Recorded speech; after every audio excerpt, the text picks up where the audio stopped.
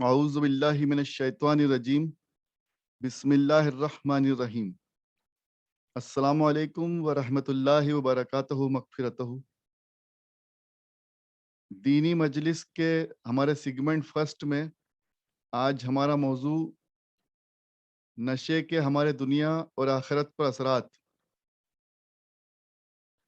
یعنی دنیا اور آخرت میں نشہ کرنے والوں پر کیا کیا اثرات آتے ہیں، کیا ایفیکٹس آتے ہیں، کیا تکلیفوں کا سامنا کرنا پڑتا ہے، ان باتوں کو آج ہمیں سمجھنا ہے۔ نشہ یعنی کہ وہ چیز جو آپ کے ہوش حواس اڑا دے، جس کو پینے یا سونگھنے یا کھانے یا انجیکٹ کرنے کے بعد آپ دنیا میں کیا ہو رہا ہے، آپ کے آس پاس کیا ہو رہا ہے، آپ کا وجود سب چیز بھول جائیں اور اس طریقے سے اپنے آپ کو دنیا سے دور لے جائیں، کٹ جائیں کہ آپ کو نہ دنیا کی خبر رہے نہ دین کی۔ تو ایسی تمام چیزیں نشہ کہلاتی ہیں جن سے آپ پر یہ اثرات نظر آتے ہیں، اور خاص طور سے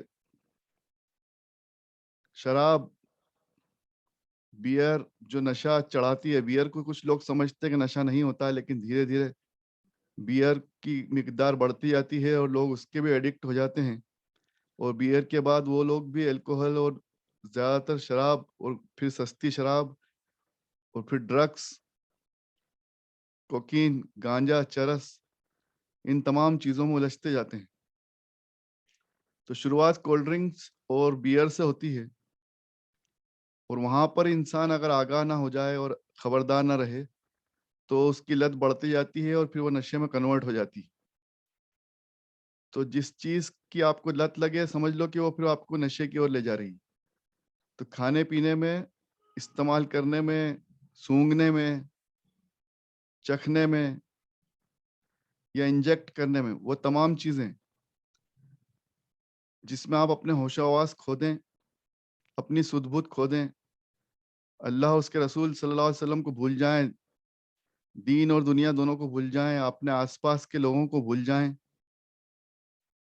یہ تمام چیزیں نشہ ہیں۔ اب نشہ دنیا میں ہم پر کیا ایفیکٹ ڈالتا ہے؟ سب سے پہلے تو آپ کا کنیکشن آپ کے آس پاس کے لوگوں سے، دین سے، دنیا سے سب سے کٹ جاتا ہے، یہاں تک کہ آپ کے خود سے بھی کٹ جاتا ہے۔ آپ اپنا خود کا وجود بھول جاتے ہیں۔ ہم لوگ دیکھتے ہیں جب لوگ نشہ کرتے ہیں، جب ان پر نشہ چڑھتا ہے، نشے کے حالات میں وہ آتے ہیں، گزرتے ہیں اس سے، اور جب وہ نشے میں دھت ہو جاتے ہیں تو وہ یہ بھول جاتے ہیں کہ وہ لوگ خود کیا ہیں، چاہے وہ انجینئر ہو، ڈاکٹر ہو، ٹیچر ہو، ایڈوکیٹ ہو یا کوئی ان پڑھ انسان ہو، سب کے سب تمام لوگ ایک جیسی حرکت کرنے لگتے ہیں۔ تو یہ آپ کے وجود کو ختم کر دیتا ہے، مٹا دیتا ہے، دنیا میں آپ کے لیے ذلت کا سبب بنتا ہے، اور آخرت میں تو اس کے بہت زیادہ اور اس قدر خراب اثر ہیں، اتنے خراب آپ کو اس کے رزلٹ ملیں گے آخرت میں کہ ہم لوگ سوچ بھی نہیں سکتے۔ دین کے لحاظ سے ہم بات ضرور کریں گے، پہلے دنیا کے لحاظ سے یہ سمجھ لیں کہ آپ کی عزت کو، آپ کے وقار کو، آپ کے معیار کو گرا دیتی ہے شراب یا نشہ۔ ہر طرح کا نشہ آپ کو، ہر طرح کا نشے سے آپ کا وقار، آپ کی عزت، آپ کی ریپوٹیشن اور یہاں تک کہ آپ کے اخلاق بگڑ جاتے ہیں۔ آپ دنیا میں لوگوں سے بد اخلاق ہو جاتے ہیں جس وقت آپ نشے میں ہوتے ہیں۔ تو سب سے پہلے آپ کے لیے دنیا برباد ہو جاتی ہے، پھر آپ کے ہیلتھ پر اثر ہوتا ہے، آپ کی باڈی پر، آپ کی تندرستی پر، آپ کی سوچ پر اس کا اثر ہوتا ہے، آپ کے خود پر، آپ کے گھر والوں پر اس کا برا اثر ہوتا ہے۔ یعنی کہ کل ملا کے ہماری دنیا کو برباد کرنے والی چیز ہے۔ جو لوگ بھی نشہ کرتے ہیں ان کی دنیا برباد ہو جاتی ہے۔ دھیرے دھیرے اس کا ایفیکٹ ضرور ان کی زندگی پہ آنے لگتا ہے۔ شروعات میں اس بات کو سمجھ نہیں پاتے ہیں اور دھیرے دھیرے وہ ایڈکٹ ہوتے جاتے ہیں، اور جب اس کی ایکسٹریم پر پہنچ جاتے ہیں تو سب کچھ تباہ اور برباد ہو جاتا ہے۔ نشے سے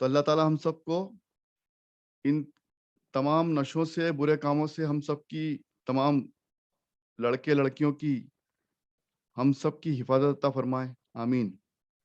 اللہ تعالیٰ نے یہ بھی فرمایا ہے قرآن مجید میں کہ جن چیزوں سے دنیا میں روکا گیا ہے ان تمام چیزوں کا مزہ اللہ تعالیٰ آخرت میں ضرور دے گا۔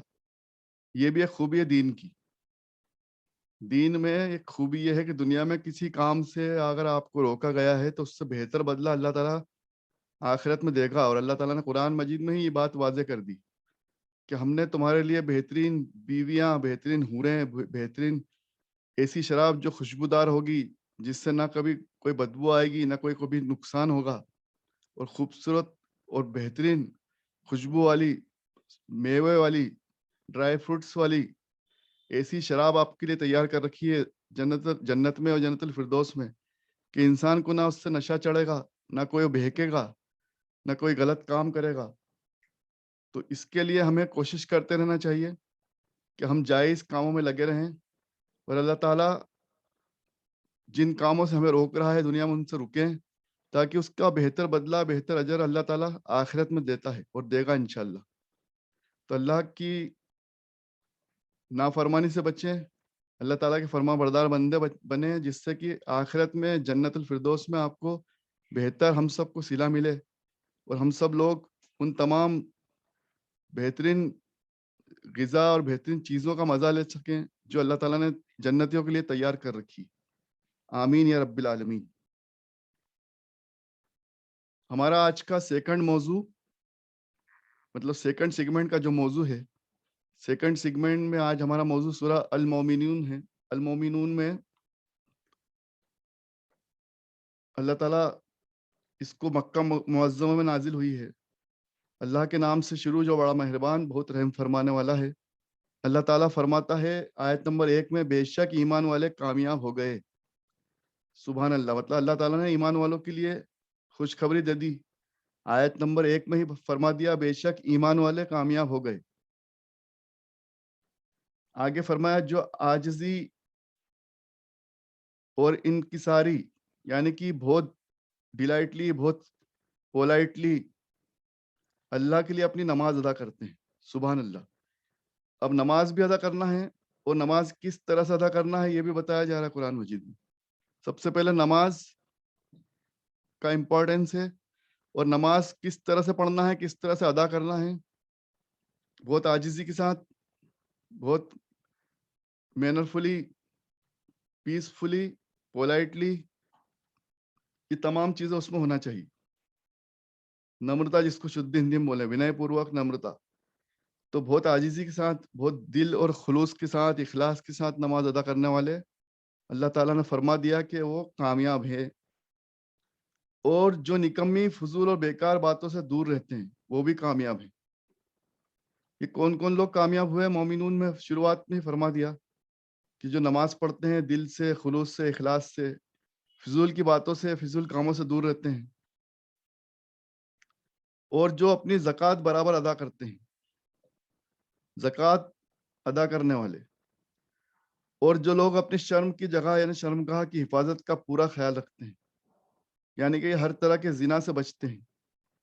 تو یہ ہمارے سیگمنٹ فرسٹ کے جو موضوع ہے اس سے ملتا جلتی ہی باتیں اس میں آ رہی ہیں۔ دیکھیے، یہ بھی ایک اتفاق کی بات ہے کہ اس میں بھی اللہ تعالیٰ نے یہ بتایا کہ فضول کاموں سے بچو۔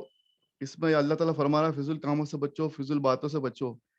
تو ہم نے جو سیگمنٹ فرسٹ میں بات کی کہ ہمیں نشے سے بچنا، تو نشہ بھی فضول کام ہے، اور فضول کام کرنے والا فضول باتوں میں لگ جاتا ہے، اور نشہ کرنے والا زنا سے قریب پہنچ جاتا ہے، اور شرمگاہ کی حفاظت نہیں کر پاتا۔ تو یہ اللہ تعالیٰ قرآن مجید میں بھی سورہ مومنون میں یہی فرما رہا ہے کہ کامیاب ہو گئے وہ مومن جو ان باتوں سے بچتے ہیں اور اپنی شرمگاہ کی حفاظت کرتے ہیں، اور وہ ایمان والے کامیاب ہو گئے جو امانتوں اور قول و قرار کا خوب خیال رکھتے ہیں۔ اللہ تعالیٰ نے یہ بھی بتا دیا کہ ہمیں امانتوں کا خیال رکھنا ہے۔ کسی کا مال ہمارے پاس رکھا ہے تو وہ ہمارے لیے، ہمارے پاس اس کی امانت ہے، اس امانت کو ہمیں بہت دھیان سے، خیال سے رکھنا ہے، امانت میں خیانت نہیں کرنا ہے، اور قول و قرار کا خوب دھیان رکھنا ہے، یعنی کہ کسی سے وعدہ کرو تو وعدہ خلافی نہ ہو، وعدے کو پورا کرو۔ اپنی بات پہ اپنی باتوں پر اڑے رہنا یعنی کہ اپنی بات کو اپنے قول اور قرار کو پورا کرنا ہے، وعدہ نبھانا ہے۔ آگے فرمایا اور جو نمازوں کو کی خوب اچھی طرح دیکھ بھال کرتے ہیں۔ اب جو نمازوں کی خوب اچھی طرح دیکھ بھال کرتے کا معنی یہ ہے کہ ہمیں نماز کا خیال رکھنا ہے۔ دیکھ بھال سے معنی یہاں ہے کہ خیال رکھنا ہے، پڑھنے کا دھیان رکھنا ہے، اس کو ادا کرنے کا خیال رکھنا ہے، اس کے وقت کا خیال رکھنا ہے، نماز کو چھوڑنا نہیں، نماز ادا کرنا ہے۔ اور جو لوگ پھر ایسے ہیں جن لوگوں نے یہ سب کام کیے، ان لوگوں کو وارث بنا دیا جائے گا۔ یہ لوگ وارث بن جائیں گے، یعنی کہ اللہ تعالیٰ ان کو جنت میں داخل کر دے گا اور ان کو ایک خاص مقام دے دے گا جس کے وارث ہوں گے، جس کے آنر ہوں گے۔ اور آگے وضاحت فرما دی کہ ایسی جنتوں کے وارث جو گھنی چھاؤں سے ڈھکی فردوس کی جنتیں ہوں گی۔ سبحان اللہ، ہم جسے جنت الفردوس کہتے ہیں، تو اللہ تعالیٰ نے اس کا تذکرہ کیا ہے کہ ایسی جنتوں کے وارث جو گھنی چھاؤں سے ڈھکی فردوس کی جنتیں ہوں گی، یہاں یہ لوگ ہمیشہ کے لیے بس جائیں گے۔ سبحان اللہ، اللہ تعالیٰ ہم سب کو بھی جنت الفردوس عطا فرمائے، آمین۔ پھر آیت نمبر 16 میں اللہ تعالیٰ فرماتا ہے پھر بے شک تم اس کے بعد قیامت کے دن زندہ کر کے اٹھائے جاؤ گے، یعنی کہ ہم سب کو مرنا ہے، مرنے کے بعد قیامت کے دن زندہ ہونا ہے۔ اور ہم نے تمہارے اوپر 7 راستے بنا رکھے ہیں، 7 راستے بنا رکھے ہیں، یعنی کہ اللہ تعالیٰ نے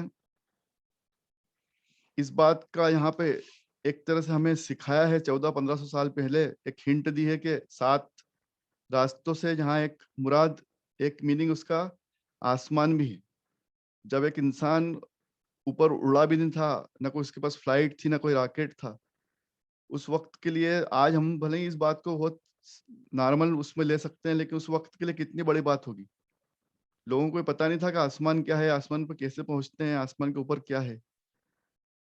1450-1500 سال پہلے اس بات کا، اس آیت مبارکہ کا کتنا بڑا میننگ نکلتا ہوگا اور کس طرح سے لوگ اس پر ایمان لاتے ہوں گے۔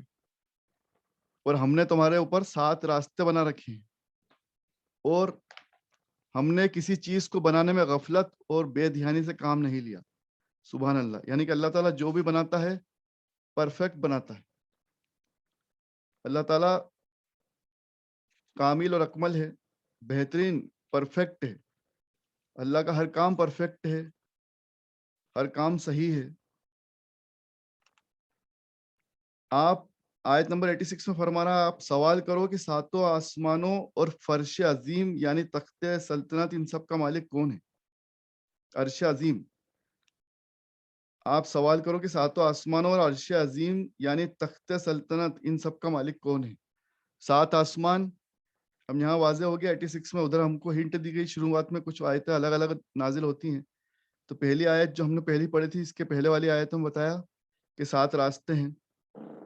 اب یہاں پر واضح ہو گیا کہ 7 آسمان اور عرش عظیم یعنی تخت سلطنت، اللہ کا تخت سلطنت، ان سب کا مالک کون ہے؟ بے شک اللہ تعالیٰ ہے۔ اللہ تعالیٰ ہر چیز کا مالک ہے۔ تو یہ اللہ تعالیٰ سورہ مومنون میں ہمیں اس طرح سے علم دے رہا ہے کہ ہر چیز ہم نے بنائی اور ہم ہی اس کے مالک ہیں۔ تو ان باتوں کو بھی ہمیں خیال کرنا ہے۔ اللہ تعالیٰ پھر آیت نمبر 112 میں فرماتا ہے، 112 میں اللہ فرمائے گا کہ تم زمین میں گنتی کے چند دن رہے۔ اب یہ بروز قیامت کا منظر ہے، ہم سب کو مرنا ہے، مرنے کے بعد اٹھائے جائیں گے، سب کو پھر زندہ کیا جائے گا۔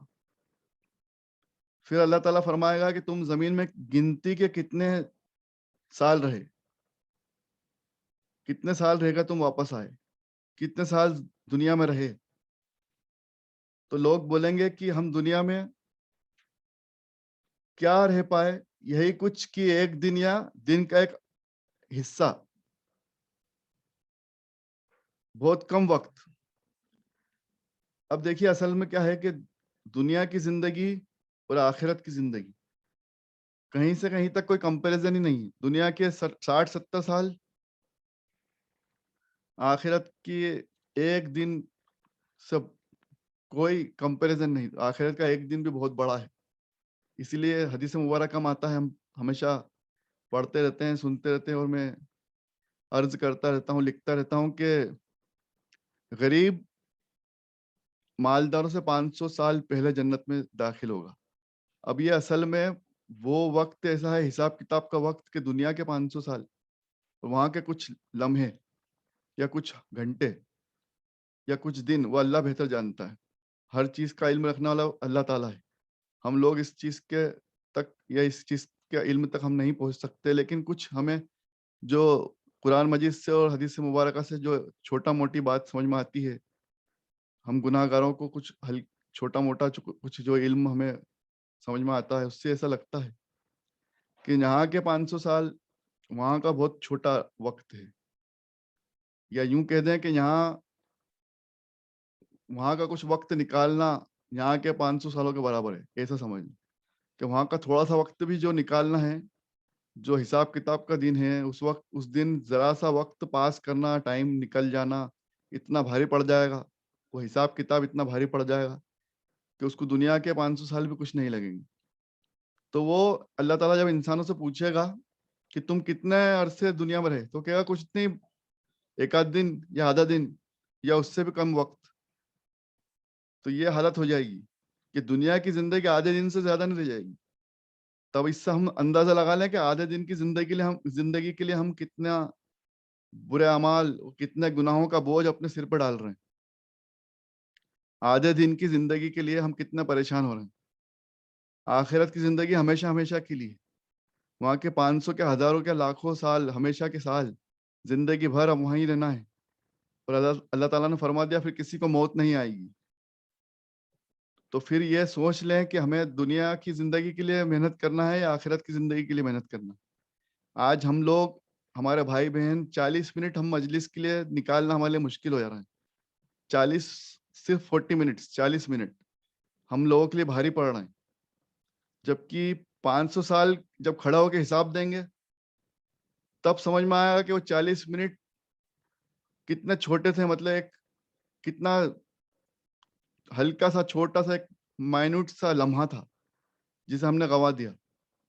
اور ایک ہو سکتا تھا ایک کسی مجلس میں ہم بیٹھے ہیں اور اللہ تعالیٰ قبول فرما لے اور ہمارے اعمال سدھر جائیں, یا ہم پر کچھ اثر ہو جائے, تو اللہ تعالیٰ اسی مجلس کو یا اسی اعمال کو ہمارے لیے انشاءاللہ تعالیٰ آخرت میں کامیابی کا ذریعہ بنا دے. آمین. ہمارے لیے اس کو وسیلہ بنا دے, ہم سب کے لیے ان چیزوں کو وسیلہ بنا دے. اللہ تعالیٰ ہم سب کو دنیا اور آخرت میں کامیابی عطا فرما دے. آمین. تو ان چیزوں کے لیے اللہ تعالیٰ نے فرمایا کہ ہم تم سے پوچھیں گے, پھر تم کہو گے کچھ بھی نہیں, ایک دن کا ایک حصہ, چھوٹا سا حصہ.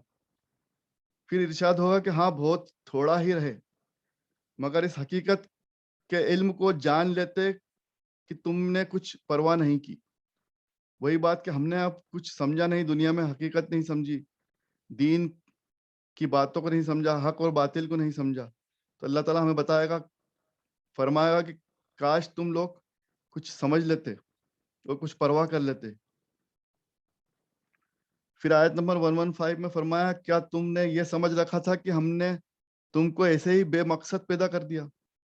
استغفر اللہ. اللہ تعالیٰ جلال میں, غصے میں پوچھے گا کہ ہم نے تم کو کیا بے مقصد پیدا کیا تھا اور تم کو ہمارے پاس لوٹ کر نہیں آنا تھا؟ جو لوگ دنیا میں کھوئے ہوئے ہیں, وہ کچھ زیادہ تر لوگ یہ سمجھتے ہیں کہ جو بھی زندگی ہے وہ دنیا کی زندگی, اسی میں کامیاب ہونا ہے, اسی میں وقت لگانا ہے, اسی میں کمانا ہے, اسی میں انجوائے کرنا ہے, اسی میں لگے رہنا ہے.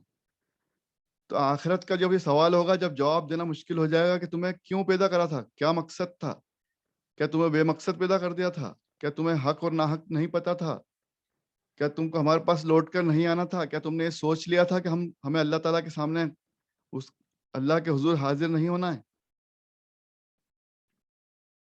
آیت نمبر 116 میں اللہ تعالیٰ فرماتا, اللہ بہت بلند ہے, سچا بادشاہ ہے, اس کے سوا کوئی دوسرا معبود ہو ہی نہیں سکتا, اور عزت والے عرش کا رب بھی صرف اور صرف وہی اللہ تعالیٰ ہے. بے شک 117 میں فرمایا جو شخص بھی اللہ کے ساتھ ملا کر یعنی شریک کر کر کسی اور سے دعا کرے تو اس کی یہ دعا بے دلیل ہے، ایسے انسان سے اس کے رب کے حضور بڑا سخت حساب لیا جائے گا۔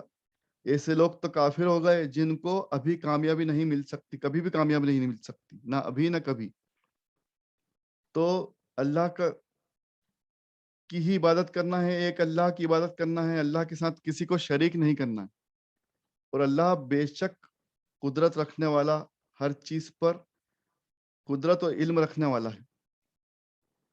تو بے شک اللہ تعالیٰ کے سوا ہمارا کوئی رب نہیں، اور ہمیں صرف اللہ ہی سے دعا کرنا ہے، اللہ ہی سے مانگنا ہے، اور اللہ ہی کی عبادت کرنا ہے۔ پھر 118 میں فرمایا بس آپ دعا کرتے رہو۔ اب اللہ تعالیٰ اپنے محبوب صلی اللہ علیہ وآلہ وسلم کے ذریعے تمام انسانوں کو، تمام امت کو سکھاتا ہے کہ آپ دعا کرتے رہو۔ دعا کرنا بھی سکھا رہا ہے۔ اللہ تعالیٰ کو دعا بہت پسند ہے۔ اللہ تعالیٰ اور اس کے رسول صلی اللہ علیہ وسلم کا فرمان ہے کہ دعا عین عبادت ہے، دعا عبادت کا مغز ہے۔ تو یہ دعا جو ہے عبادت کا ہی ایک پارٹ ہے۔ کوئی انسان مسجد میں بیٹھ کر نماز پڑھے اور نماز پڑھنے کے بعد وہ اسی جگہ بیٹھا رہے جہاں پہ اس نے نماز ادا کی، اور صرف دعا کرتا رہے، تو وہ بھی اس کی وہ تمام لمحے، تمام منٹس، گھنٹے سب عبادت میں شمار ہوتے ہیں۔ سبحان اللہ۔ تو یہ اللہ تعالیٰ کا نظام ہے کہ اللہ تعالیٰ عبادت کو بھی اتنا آسان بنا دیا کہ صرف دعا بھی کرتا رہے انسان بیٹھ کے تو وہ بھی عبادت میں شمار ہوتا ہے۔ تو اللہ تعالیٰ نے فرمایا بس تم دعا کرتے رہو، اے میرے رب بخش دے اور رحم فرما۔ یہ دعائیں سکھائی جا رہی ہیں، بہت ساری بہترین دعائیں قرآن مجید میں اس طرح سے آئی ہیں جو انبیاؤں کے، رسولوں اور اماموں کے ذریعے، انبیاء، رسول اور اماموں کے، تمام رسولوں کے اماموں کے امام، اللہ تعالیٰ کے محبوب، تمام انبیاؤں کے، رسولوں کے، نبیوں کے امام۔ تو اللہ تعالیٰ کے جو محبوب ہیں نبی کریم صلی اللہ علیہ وسلم، ان کے ذریعے تمام امت کو پرانی دعائیں بھی سکھائی گئیں قرآن مجید کے ذریعے کہ پہلے کس کس نبی نے کیا کیا دعا مانگی، اور ان تمام دعاؤں کو، اور آپ صلی اللہ علیہ وسلم نے کیا دعا مانگی، ان تمام دعاؤں کا ایک کلیکشن ہمارے پاس ہونا چاہیے۔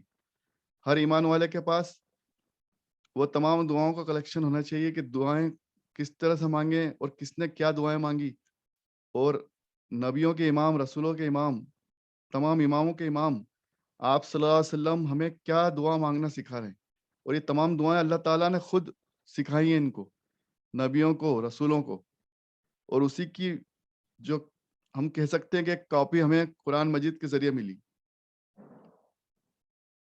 تو قرآن مجید میں اللہ تعالیٰ جگہ جگہ دعائیں کرنا سکھاتا ہے، تو ہمیں وہ سب کلیکٹ کرنا چاہیے، اس کو انڈر لائن کرنا چاہیے، اس کو کہیں نوٹ کر کے اپنے پاس رکھیں، اپنے گھر میں لکھ کر رکھیں، ایسی جگہ لگائیں کہ آتے آتے اس پر نظر پڑے، آپ ان کو پڑھتے رہیں، ان دعاؤں کو پڑھتے رہیں، ان کو بار بار ریپیٹ کرتے رہیں۔ بہترین دعائیں اللہ تعالیٰ نے قرآن مجید میں فرمائی۔ تو یہاں بھی دیکھیے کتنی خوبصورت دعا ہے کہ اے میرے رب بخش دے اور رحم فرما۔ اب یہ سب سے بہترین دعاؤں میں شامل ہے کہ اللہ ہمیں بخش دے۔ اگر ہمیں اللہ تعالیٰ نے بخش دیا، یعنی ہمیں معاف کر دیا، تو ہماری دنیا اور آخرت سب کامیاب ہو گئی۔ ہمیں ہمارے پیدا ہونے کا مقصد پورا ہو گیا۔ اللہ تعالیٰ ہم سب کو بخش دے، اگر تو انشاءاللہ تعالیٰ اللہ تعالیٰ ہم سب کو، گناہ گاروں کو بخش دے۔ ہم بھی اللہ تعالیٰ سے دعا کرتے ہیں کہ اللہ، اے رب ہم سب کو بخش دے اور رحم فرما۔ اب یہ بھی آگے یاد دہانی کیا جا رہی ہے، یاد دلایا جا رہا ہے کہ ہمیں اللہ سے رحم کی دعا مانگنا ہے۔ اللہ بہت رحیم ہے۔ قرآن مجید میں اللہ تعالیٰ فرما رہا ہے کہ میں 70 ماؤں سے زیادہ اپنے بندے سے دعا محبت کرتا ہوں۔ 70 دعا مطلب 70 ماؤں سے زیادہ اپنے بندے سے محبت کرتا ہوں۔ تو ایک بندے اور اس کی ماں کے بیچ میں جتنی محبت ہوتی ہے، یا ایک بندے کو 70 ٹائمز اس کی مدر سے زیادہ محبت اللہ تعالیٰ اپنے بندے سے کرتا ہے۔ ایک انسان اپنی ماں سے جو محبت کرتا ہے، اس سے 70 گنا زیادہ اللہ تعالیٰ اپنے بندے سے محبت کرتا ہے۔ یہ اس کی وضاحت ہے۔ تو اللہ تعالیٰ، اور حدیث مبارکہ سے بھی پتہ چلتا ہے کہ، اور قرآن مجید سے ہی پتہ چلتا ہے کہ اللہ تعالیٰ بندے سے بہت محبت کرتا ہے، اور خاص طور سے نیک بندے سے بہت زیادہ محبت کرتا ہے. نیک بندے کو تو اللہ تعالیٰ نے اپنی جماعت میں رکھا ہے. اللہ تعالیٰ نے فرمایا کہ میں جبرائیل یعنی جبرائیل علیہ السلام، تمام فرشتے اور ہم سب اور ان کے ساتھ نیک اور صالح بندے، نیک لوگ، یہ سب اللہ تعالیٰ کی جماعت ہے. اللہ، نبی، جبرائیل علیہ السلام، فرشتے اور نیک لوگ، ان تمام لوگوں کی ایک جماعت کا ذکر قرآن مجید میں بھی آیا کہ یہ سب اللہ کی جماعت ہے. اللہ تعالیٰ کے گروپ ہے، اللہ تعالیٰ کے ساتھ جڑے ہوئے لوگ ہیں. تو اللہ تعالیٰ کے ساتھ وہ لوگ جڑے ہیں جو نیک ہیں اور نیک اعمال کرتے ہیں، اور اللہ اس کے رسول صلی اللہ علیہ وسلم سے محبت کرتے ہیں. تو اعمال اور محبت دونوں ضروری ہیں. دنیا اور آخرت کی کامیابی پانے کے لیے اللہ اور اس کے رسول صلی اللہ علیہ وسلم سے محبت بھی کرنا ہے اور ان کے بتائے ہوئے راستے پر اعمال بھی کرنا ہے. تو اللہ تعالیٰ ہم سب کو اللہ اور اس کے رسول سے محبت کی توفیق عطا فرمائے اور نیک اعمال کرنے کی توفیق عطا فرمائے. آمین. تو اللہ تعالیٰ نے، جیسے میں آپ کے سامنے عرض کر رہا تھا کہ یہ بات بھی آئی کہ 70 ماہوں سے زیادہ اللہ تعالیٰ بندے سے محبت کرتا ہے اور نیک بندے کو اپنے ساتھ، اپنی جماعت میں، اپنے گروپ میں شامل کرتا ہے. اور جو یہ بھی فرمایا ہے کہ جو نیک بندے کا دشمن ہے وہ میرا دشمن ہے، اور جو نیک بندے سے محبت کرتا ہے اس سے میں محبت کرتا ہوں. تمام فرشتے، جبرائیل علیہ السلام اس سے محبت کرتے ہیں. یہ سب صحیح بخاری کی حدیثیں ہیں. ہم جو پڑھتے رہتے ہیں حدیث مبارکہ سے ہم نے ان باتوں کو سیکھا. تو اللہ تعالیٰ اس طرح سے ہمیں یہ سکھا رہا ہے کہ ہمیں اللہ سے رحم کی بھیک مانگنا ہے، بخشش مانگنا ہے، بخشش طلب کرنا ہے. اس دعا میں یہ آ رہا ہے، آیت نمبر 118، جہاں پر سورہ مومنون ختم ہو رہی ہے، پوری ہو رہی ہے. تو اللہ تعالیٰ کیا فرما رہا ہے کہ اس طرح سے دعا مانگو کہ اے میرے رب ہمیں بخش دے اور رحم فرما، اور سب سے بڑھ کر رحم فرمانے والا تو ہی تو ہے بے شک. تو یہ اللہ تعالیٰ ہمیں سکھا رہا ہے کہ اس طرح سے دعا کرنا چاہیے کہ اللہ ہمیں بخش دے، ہم پہ رحم فرما، اور تو بڑا رحیم اور تو بڑا کریم ہے. آمین. تو اللہ تعالیٰ ہم سب کو بھی اس دعا کے ذریعے صحیح مانگنے کی توفیق عطا فرمائے اور اس دعا کو ہم سب کے لیے قبول اور مقبول فرمائے. آمین. اس طرح سے سورہ مومنون میں یہ تمام باتیں، خاص کچھ باتیں میں نے آپ کے سامنے عرض کرنے کی کوشش کی ہے. اللہ تعالیٰ قبول اور مقبول فرمائے. وآخر الدعوانا ان الحمد للہ رب العالمین. آمین یا رب العالمین. اللہ تعالیٰ ہم سب کے کہنے سننے کو قبول اور مقبول فرمائے. کچھ غلطی ہو گئی ہو تو معاف فرمائے.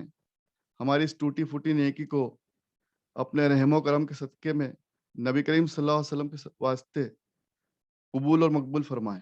آمین. اللہ تعالیٰ ہم سب کا بیٹھنا، ہم سب کا جڑنا، دین کی خاطر کوششیں کرنا، پڑھنا، سمجھنا اور اس پر عمل کرنا آسان بنا دے. آمین. اللہ تعالیٰ ہم سب کے تمام گھر والوں کی، تمام رشتہ داروں کی، تمام مرحومین کی اس ٹوٹی پھوٹی نیکی کے وسیلے سے سب کی مغفرت عطا فرمائے. آمین. سب کو جنت الفردوس عطا فرمائے.